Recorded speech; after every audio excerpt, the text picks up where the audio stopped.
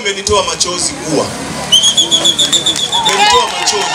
Katika hali isiyo ya kawaida hapa katika jimbo la Songwe, mgombea ubunge wa Chama cha Mapinduzi ambaye anatetea nafasi ya ubunge na alianza ubunge wake mwaka 2010 katika jimbo la Songwe, si mwingine lake jina Mwalimu Philip Augustino Mulugo, ametokwa na machozi katika kata ya Gua. Ni kwa nini? Swali hili ndilo msingi wa haya yote. Mwalimu Philip Augustino Mulugo ametokwa na machozi haya baada ya kupokelewa na wananchi wa kata ya Gua alipokuwa akienda kunadi sera zake ili achaguliwe katika uchaguzi mkuu wa Oktoba 29 mwaka 2025. Amepokelewa kwa kishindo, lakini si hivyo tu. Wananchi hawa wa Gua wamempa zawadi kuku 20 kwa ajili ya kumshukuru katika mambo ambayo ameendelea kuenenda nao. Ameendelea kuyatenda maendeleo katika kata ya Gua pamoja nao. Mmenitoa machozi Gua. Mmenitoa machozi. Ndugu zangu, ni katika hali ambayo sio ya kawaida. Mimi nimeanza ubunge mwaka 2010. Nimekuwa nikija Gua, tunasali pamoja, tunazika pamoja, tunaenda some kwa bodaboda.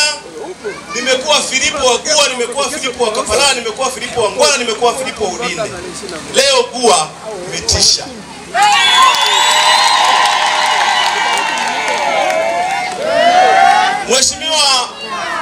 Mheshimiwa mbunge mstaafu,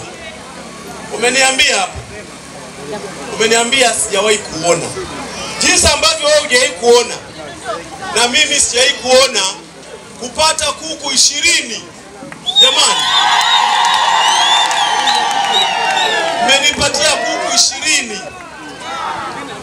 Kuku 20 Gua. Mmenitoa machozi sana. Nimekumbuka mambo mengi sana. Za kwenda kuuza mnadani mpate fedha.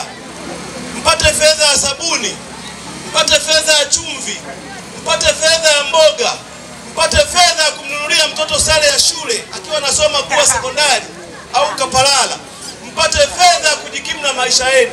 Kuku wa shilingi 10,000, 20,000. Mmenipa vitenge mimi. Mmenipa mchele na mahindi mimi. Mmenipa na maji mimi. Wana Gua, haki ya Mungu nitalipa kisasi.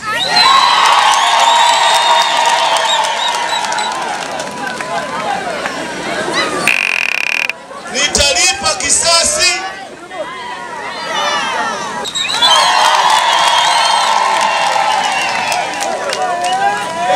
Hii ni Nyikani TV Afrika na langu jina ni Gordon Kalulunga, na kutakia wakati mwema.